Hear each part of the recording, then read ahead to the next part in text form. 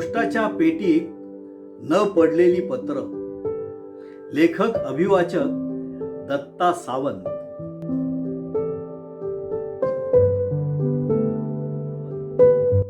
पत्र क्रमांक 1.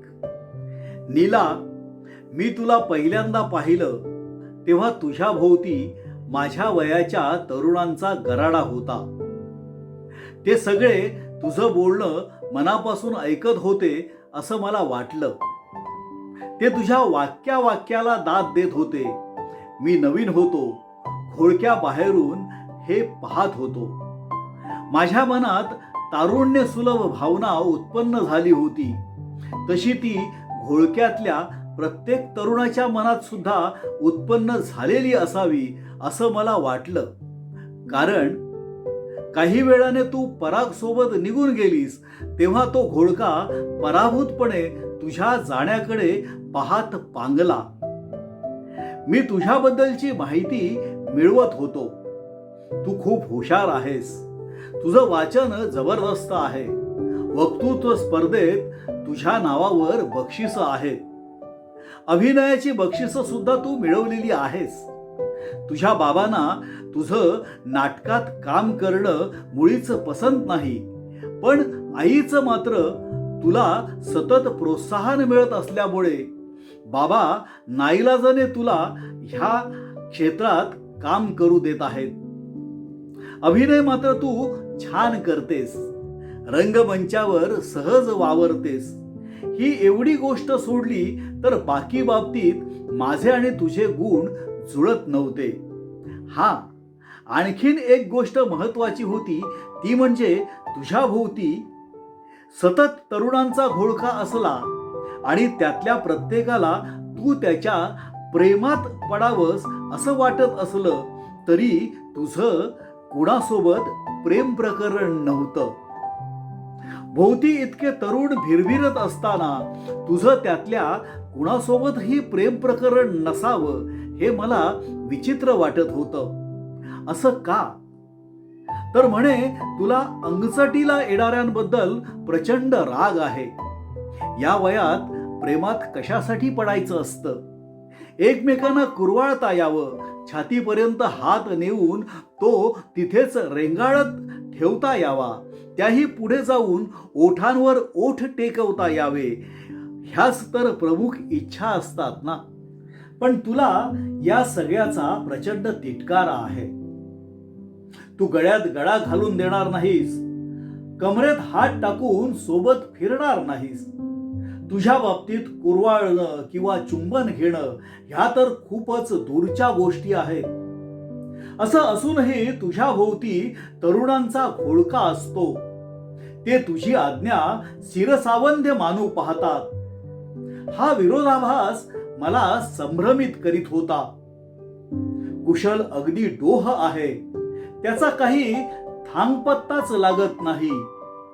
ही माझ्या बाबतीत तू केलेली शेरेबाजी मला कळली होती. कालांतराने आपली ओळख झाली. मला त्या घोळक्यातला एक होण्यात रस नव्हता. तुझ्याशी मैत्री हवी होती. का करावी वाटत होती याचं उत्तर तुझ्यासोबत मैत्री झाल्यानंतरही मी शोधतच होतो. तुला शारीरिक देवाणघेवाणीत रस नव्हता. तुझ्यासोबत तशी सलगी करायला मिळणार नाही याची खात्री होती. मग काय होतं आपल्यात की ज्यामुळे आपण एकत्र आलो? घोळक्यातच तरुणांसोबत वावरणारी तू माझ्यासोबत एकटीच कुठे कुठे आलीस, भेटलीस, गप्पा झोडल्यास, चर्चा केल्यास. मला आठवतंय, परागने सुविधासोबत लग्न करण्याचा घेतलेला निर्णय तुला समजल्यावर तू उदास झालीस. पराग तुझ्या भोवतीच्या गराड्यातला 7 वर्षापासूनचा तुमचा परिचय. सुविधा परवा म्हणजे वर्षभरापूर्वी त्याला पहिल्यांदा भेटली असेल तरी त्यांचं जमलं. कमाल करतात बुवा हे लोक. कसं काय जमतं यांना? अरे पराग केवढा साधा आहे आणि सुविधा नखरेल, तरीही त्यांचं एकमेकांवर प्रेम जडलं. बिच्चारा पराग. तू परागला बिच्चारा म्हणत होतीस. पण परिस्थिती केवळवाणी तुझी झाली होती. काहीच फरक पडला नाही असं भासवीत होतीस, पण तू आतून दुखावली गेली होतीस. पराग आणि तू 7 वर्ष एकत्र होतात. 3 नाटकं, 4 एकांकिका, त्यापैकी एकीने तर अनेक बक्षिसं मिळवली. एवढा सहवास तुमचा, तरी तुमच्यात फक्त मैत्रीच राहिली. तुमच्यात मैत्री तरी होती का, की तुम्ही फक्त एकमेकांचे सहकलाकार होतात? तुझ्यात जी कालवाकालव सुरू झाली होती ती शांत करण्याची, तिच्यावर फुंकर मारण्याची संधी तू मला दिलीस. मला तुझ्या सहवासात येण्याची वाट परागने सुविधाशी केलेल्या लग्नाच्या घोषणेमुळे मोकळी झाली. पराग भेटल्यावर मी त्याचे आभार मानणार आहे. तुझ्यामुळे राजा, तुझ्यामुळे ही नीला ह्या कुशल नामक डोहापर्यंत पोचलीये, तुझ्यामुळे.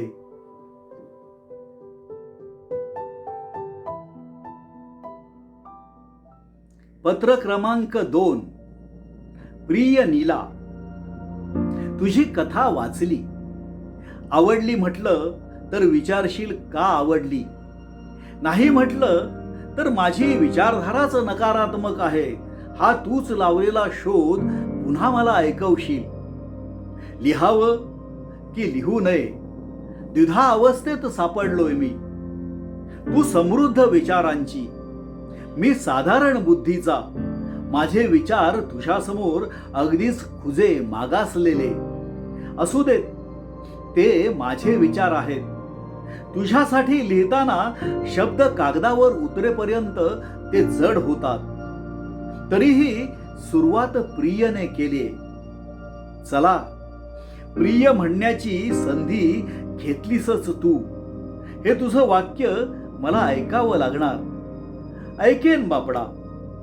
लेखनाचा वास्तवाशी संबंध लावावा की लावू नये, लेखकाने कितीही भांड लपवण्याचा प्रयत्न केला तरी लपत नाही. तुझ्या कथेत तुझी वास्तवातली मतं जशी उतरली आहेत तशी तुझ्या अंतर्मनातली सुद्धा मतं उतरलीयतच ना. तुझ्या कथेतली मालती नियोजित वराला नाकारून प्रियकरासोबत जीवन सोबत जाण्याचा निर्णय घेते. तुझ्या प्रत्यक्ष आयुष्यात नियोजित वर तुला नको आहे, आणि जो प्रियकर होऊ शकला असता त्याला वर्षभराच्या आसपास त्याच्या आयुष्यात आलेल्या मुलीशी लग्न करून आपली चूल मांडावी लागली.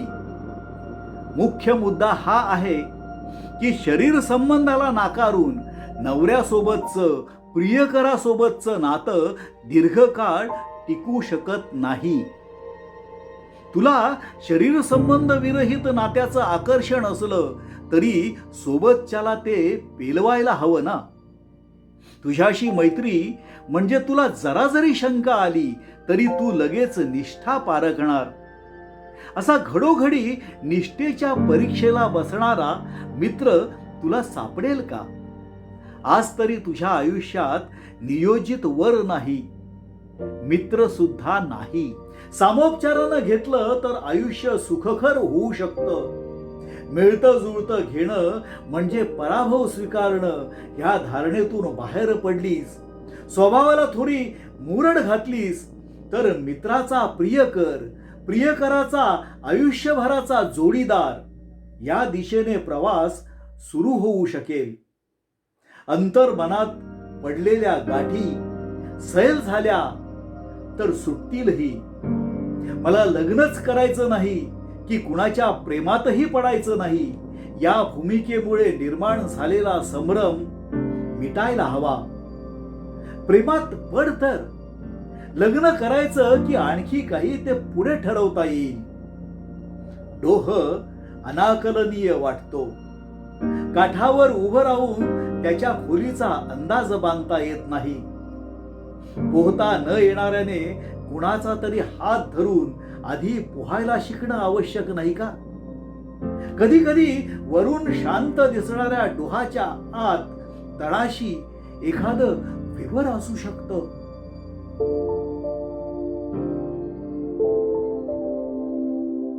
पत्र क्रमांक 3.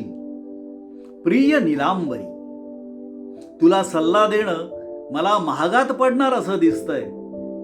मी संस्कृती रक्षक नाही असं कसं म्हणू शकतेस तू? प्रेमात पड असा सल्ला दिला म्हणून आता तू माझी निष्ठा पारखणार तर? तुला कुणाच्या प्रेमात पडायचं नाही ना? मग भोवती तरुणांचा गोतावळा कशासाठी? त्यातल्या प्रत्येकाला तू त्याच्या प्रेमात पडशील अशी जी एक आशा आहे त्याला कारणीभूत तूच तर आहेस. आता तुझा हा सर्व धर्म समभाव आटोपता घे आणि त्यातल्या कुणाच्या तरी एकाच्या प्रेमात पड. अगं, प्रेमात पडणं ही नैसर्गिक क्रिया आहे. आपल्याला आपला शरीर धर्म चुकवता येतो का? तुझा शरीर धर्म नियमितपणे येतोच ना? मग प्रेमात पडणं म्हणजे काही भयंकर आहे, संस्कृती विघातक आहे असं का मानतेस तू? डोहात उतरण्याची मानसिक तयारी दाखवलीस तर पोहायला शिकवणारा भेटेलच. आपण ग्रेट आहोत, आपल्या तुलनेचे इथे कुणीच नाही, हा अहंकार डोहाच्या काठावर बसून किती काळ कुरवाळत बसणार आहेस? मी सोबत असताना तुला सिगारेट ओढाविषयी वाटते का असा प्रश्न तू मला विचारलास आणि मी वाटते म्हणालो. तू सिगारेट खरेदी करून आणलीस आणि म्हणालीस ओढ. बराच वेळ मी हातात सिगारेट घेऊन नुसता बसून होतो. वाटलं होतं तुला सांगावं, कधीतरी ओढली म्हणजे मी काही व्यसनी झालोय असं म्हणता येणार नाही.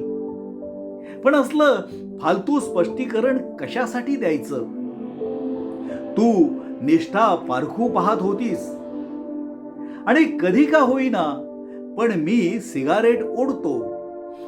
मला आवडतं म्हणूनच ओढत असेल ना मी सिगारेट पेटवली. तू म्हणालीस व्यसनी माणसं दुबळी असतात. सिगारेट ओढ, दारू पी, मावा गुटखा खा, काय करायचं असेल ते कर. मी कोण तुला अडवणारी?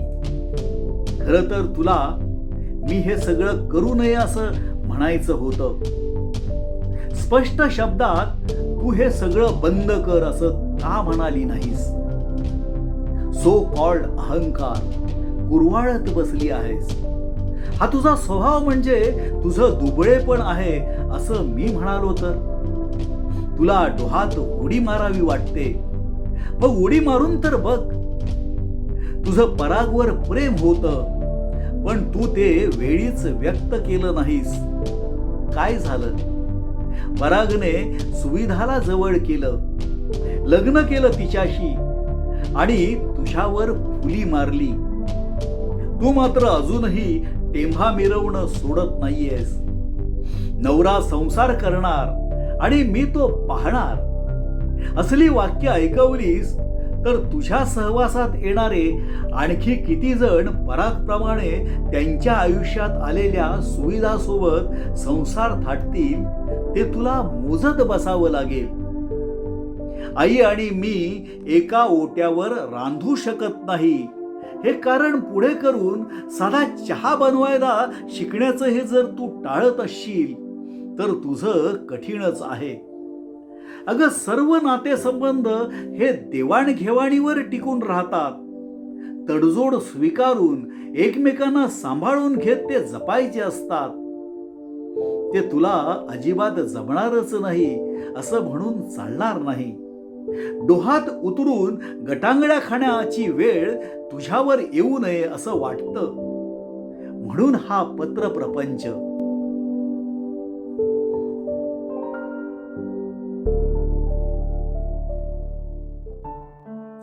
पत्र क्रमांक 4. हाय नीलू, हल्ली तुझ्यात काही बदल जाणवू लागले आहेत. तू मला अजूनही भेटतेस, या गोष्टीचं मला कौतुक आहेच. त्याही पेक्षा मित्रांच्या जमणाऱ्या लग्नांवर तू बोलू लागली आहेस. कुणाकुणाची प्रेम प्रकरण सफल करण्यासाठी मध्यस्थी करण्याच्या गोष्टी करतेस या गोष्टीचं मला आश्चर्य वाटतंय. घरी आलो की स्वतःच्या हाताने चहा बनवून देतेस.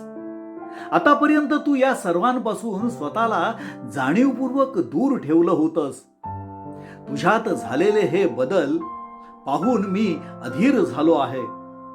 आपल्याला एकमेकांची एवढी सवय झालीये की आपण एकमेकांशिवाय राहू शकू असं मला वाटत नाही. हे तुझं वाक्य मला सारखं आठवू लागलेलं आहे. डोह दोलायमान झालाय. संवेदनांचे मनोरथ हिंदोळे घेऊ लागले आहेत. आपल्या सोबत काम करणाऱ्या समीरने काल परवा आलेल्या लेखासोबत सूत जमवलं. सध्या त्यांच्या प्रेम प्रकरणाची जोरदार चर्चा सुरू आहे. हा कसा काय बुवा सुंदर सुंदर मुलींना प्रेमात पडायला लावतो? समीरला सुंदर मुलींचं आकर्षण आहे. तो त्यांची स्तुती करताना थकत नाही. त्यांच्या अहंकाराला तो छानपैकी गोंजारतो. त्यांच्यावर जे प्रेम वगैरे असतं ते फक्त त्यांना मिठीत घेऊन कुरवाळण्यापर्यंतच टिकतं. समीरने त्याचं ध्येय निश्चित केलेलं आहे आणि त्या ध्येयपूर्तीसाठी त्याने तयार केलेल्या योजनेनुसार तो कार्य करीत असतो. आपल्यात आणि समीरमध्ये खूप मोठं अंतर आहे. तसं असलं तरी आकर्षित होण्याची प्रक्रिया तिथेही आहे आणि इथेही आहेच की. तू जेव्हा असं म्हणतेस की अरे प्रत्येक जण मनातून कुणा ना कुणाकडे तरी आकर्षित झालेला असतोच, आपण एकमेकांकडे आकर्षित झालो आहोत का? झालो असू तर मनातलं अजून ओठांवर का येत नाहीये? आपण दोघांनाही भीती वाटते का की हे नातं हळुवारपणे उलगडलं गेलं नाही तर? चाललंय ते ठीक चाललंय, उगीच बिघाडी नको. आपण एकमेकांना फसवतोय का? आपण नीट पोहू शकू का? तू आणि मी मधील वास्तविक तफावतीमुळे आपल्याला असं वाटतंय का की आपलं नातं आणखी वेगळं आहे, शारीरिक आकर्षणापलीकडचं? डोह आता अधिक गूढ झालाय.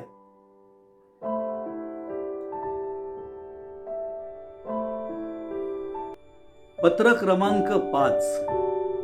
नीला. तुझे बाबा त्या दिवशी जणू तू आत जावस आणि त्यांना माझ्या एकट्याशी बोलायला मिळावं या संधीची वाट बघत होते. तू आत गेलीस आणि तुझ्यासाठी आलेलं स्थळ सर्वांना पसंत असल्याचं त्यांनी मला सांगितलं. मी तुला काही दिवस भेटलो नाही तर ते तुझा होकार मिळवतील, तुझं लग्न होईल. त्यांच्या मानगुटीवर असलेली टांगती तलवार शिरच्छेद न होता म्यान व्हावी आणि ती म्यान होण्यासाठी त्यांना माझं सहकार्य हवं होतं. तुझ्या बाबांना तुझ्या माझ्यात काही असावं असं वाटत असावं. आपल्यात असं काय आहे का? व्यक्त झालो नाही तर आपल्यात तसं काही नातं आहे ह्या म्हणण्याला काय अर्थ आहे? मी माझ्या मर्यादेत, तू तुझ्या मर्यादेत. डोह पोहणारापर्यंत नाही ना जाऊ शकत. पोहणारानेच डोहापर्यंत येणं अपेक्षित असतं. ते काही झालं नाही. तू तुझ्या संसारात रमलीस आणि मी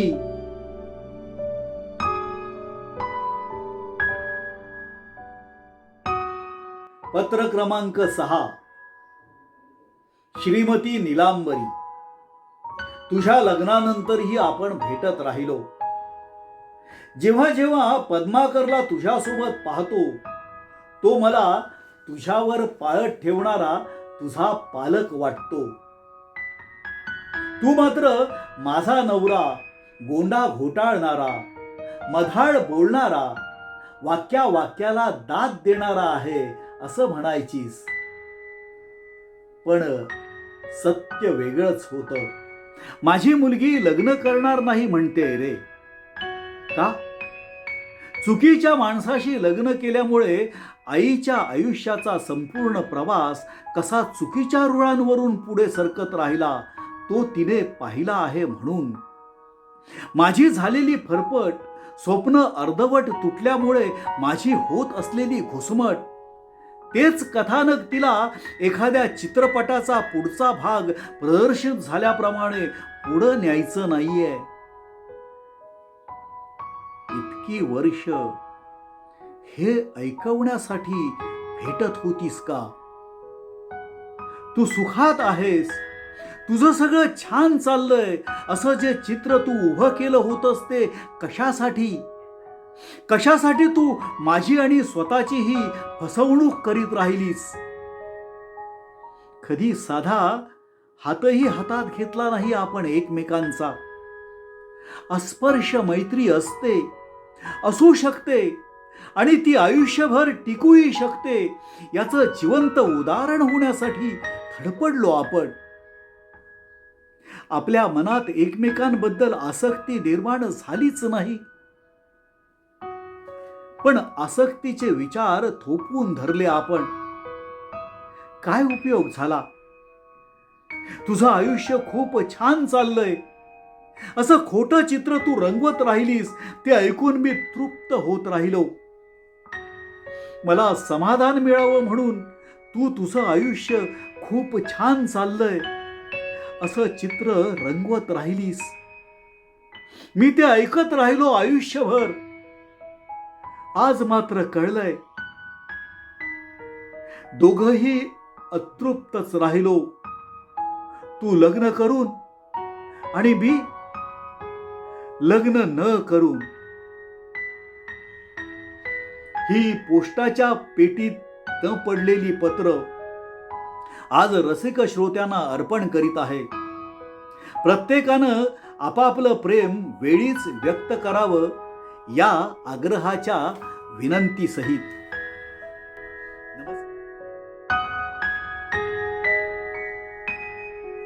नमस्कार मंडळी. लेखक एक कथा अनेक या उपक्रमाअंतर्गत आम्ही 13 कथा आपल्यापर्यंत घेऊन आलो. या कथा अभिवाचनाला आपण खूप छान प्रतिसाद दिलात. लवकरच आम्ही आपल्यासाठी एक नवीन उपक्रम घेऊन येणार आहोत. त्यात आपल्या चॅनलद्वारे प्रसारित होणाऱ्या कार्यक्रमांमध्ये आपल्याला सहभागी करून घेण्याचा मानस आहे. चला तर मग तयारीला लागा. आणि हो, या चॅनलचे व्हिडिओ मोठ्या प्रमाणात लाईक करा, शेअर करा आणि सबस्क्राईब करा. धन्यवाद.